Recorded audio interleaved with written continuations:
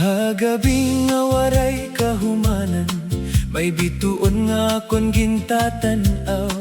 Naghuhuna-hunahan imo ngaran, nga hadughan ko pirmi naglilinaw. Ang hangin tikang hakadagatan, nagdadarahan imo tingog. Bisan hirayo an aton kahimtang, ang gugma diri gud mapupugngan. Hansyahan ko ikaw hinagian, murayaw ang kalibutan ko. An imo mata sugad kalangitan, nga puno hindamgongan tinuod. Hakada imo pagnisiha akon, napaparaan kasubo ko. Waray lain nga akon hinyap, kundi an makaupod kalapirmi. Kung may bagyo man nga umabot, diri ako mahadlok gud. Kay an imo paghigugma haakon, sugad-suga haakon dalan. Kay ini nga gugma timos, waray paglimbong o kasakit. Tikang hakasing-kasing at to hakalag, ikaw laan akon hinigugma.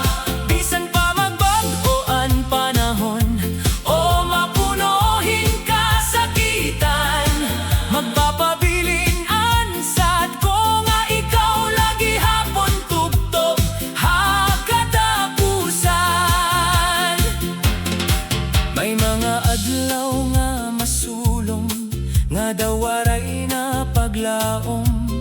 Pero kung ikaw anakon kaupod, napupuno ako hinkusog. Ang imo kamot ko na kon kapot, dawaray na iba nga kinahanglan. Kay haimo la ko nakakita, han tinuod nga kalipay. Diri kinahanglan hingkarikohan, o mga butang nga mahalon. Kay an imo gugma nga matinumanon, amoan bahan di nga waray kapariho. Kun may luha nga matunon, ako an imo dadapigan.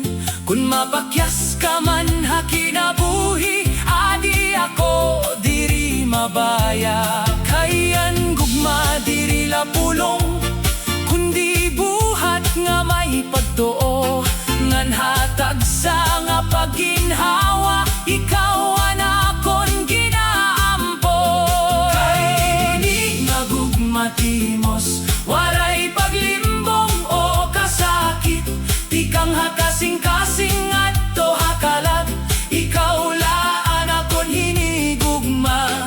Bisan pa magbagoan panahon, o mapunohin kasakitan, magpapabilin ansad ko nga ikaw lagi hapon tugtog hakatapusan. Kung umabot man na nadlaw nga maputi na naton buhok, magkakaupod gihapon kita, sugad hansyahan nga paghigugma. Maglalakat habay bayon, nga magkakaputan kamot. Ngan tatauan ang mga panahon, nga aton ginagian. Kay an tinuod nga paghigugma, diri na susukulhin panahon. Mas nagiging marigon pa nga ni hakada pagsulay nga maabot. Nakabati ako hingkahilom, kun ikaw anakon kaupod. Daw ang kalibutan na tindog, hakada pitikhan aton dughan. Bisan kon damo an nag-abat, nga diri kita magdadayon. Aton ginpamatud-an haira, nga ang gugma makakadaog. Diri perpekto an aton kinabuhi, may kasaypanan ngan kasubo.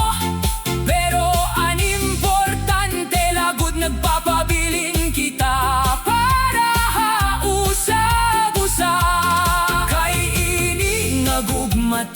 Dios. Waray kapantay hakalibutan, an imong aran nakaukit. Hasulod hanakon kasing-kasing, bisan pa matapos ang tanan. Man maghilo man kalangitan, ang gugma ko haimo padayon.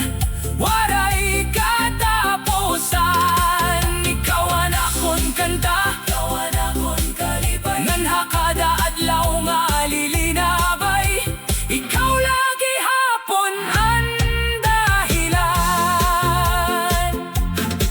Hailarong hanbulan nga malinaw, magpapabilin an aton sa